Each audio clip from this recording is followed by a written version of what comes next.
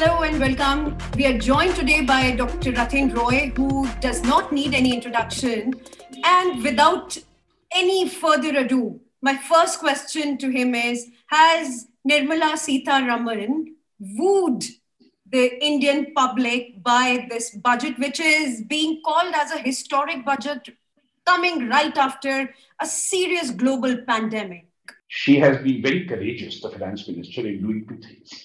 She presents a very clear and transparent picture of the macro fiscal numbers in the budget speech.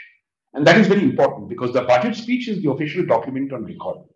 So the accountability is got only when you say something in the budget speech. Last year, she did not. She has presented a budget in which we have seen a fall in revenue, a rise in expenditure, and therefore a rise in the fiscal deficit. Only 25 paise in the rupee, or 25 rupees in 100 rupees, goes for capital expenditure. That's the norm. This year, that number is lower.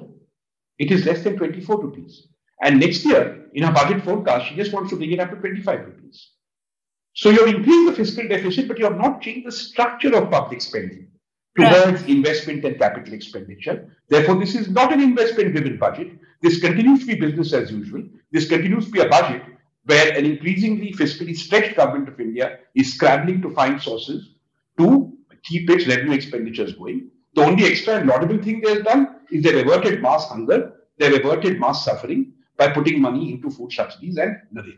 That is all that is happening. Do you feel then that it is now time to set aside our $5 trillion economy dreams? I never liked it.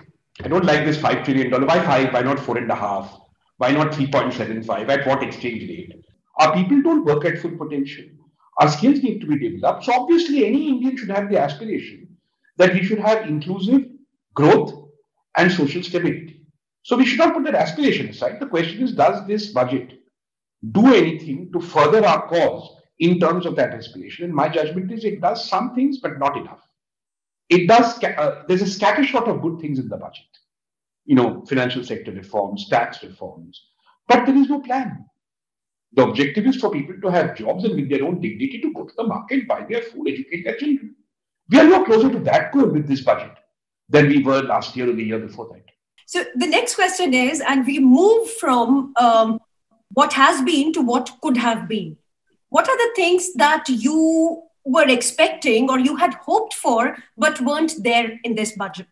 Right from the word go, engaged in a program of income support to SMEs by essentially taking the state governments and the Indian private sector into confidence and coming up with a joint India plan, an India spending battle plan. Daily wagers and migrant workers and people who are vulnerable because they have lost jobs, I would have focused on providing them with income support.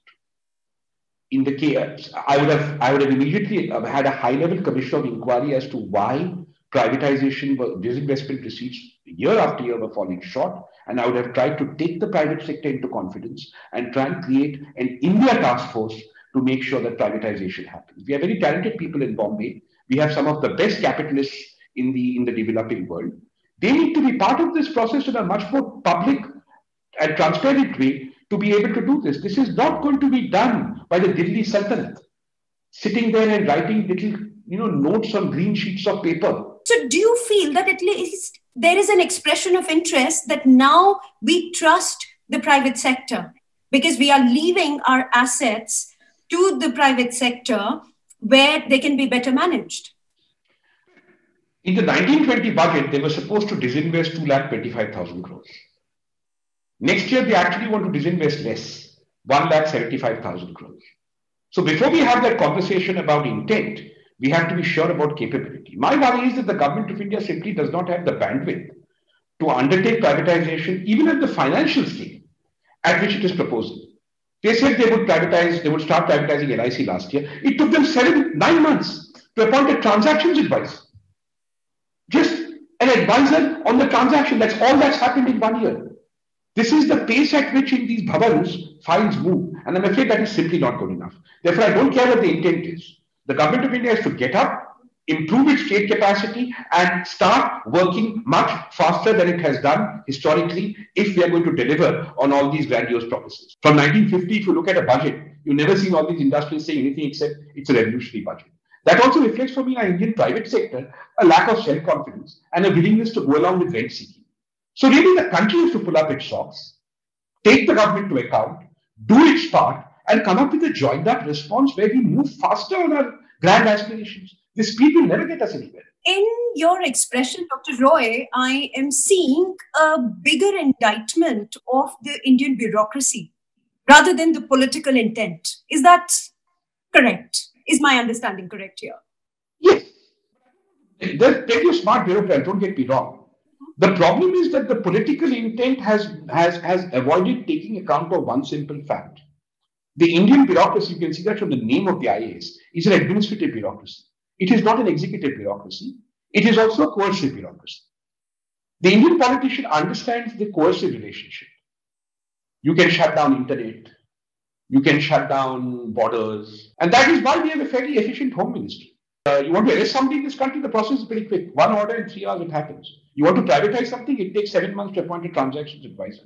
That has to change. Stock market was booming. Capital markets were booming. People didn't know where to put their money. This was the golden moment to get your act together and privatize. And the government of India, the finance ministry, failed miserably in this quest. There are two kinds of authoritarian governments. Those that only work in the home ministry and those who also get economic results. But the other side of this argument would be that authoritarianism is palatable when it comes served in a golden thali. Would you want that to happen? I want the thali to have the things I want to eat in it. And I want the things I want to eat in it to be better than what I had when I had a thali made of mud. If there's no cooking happening, then it doesn't matter what color the thali is. So we have to pay a lot of attention to state capacity, because even to let the private sector play a bigger role, the state has to be capable of letting it do so. The state has to be able to intelligently and lightly regulate. The state has to be able to have a plan where ease of doing business goes up not just in some World Bank ranking, but in real time. That is, the state has to have information and data which it can act on rapidly. We simply do not have that state capacity left, and that is what deeply worries me, because that is why these grand promises come to naught. There have been predictions now which are now looking rather rosy. The IMF has set a number of our GDP upward of 11%. Economic Survey of India says that, and we are looking at a V-shaped recovery, and all those, economic jargon is all around us.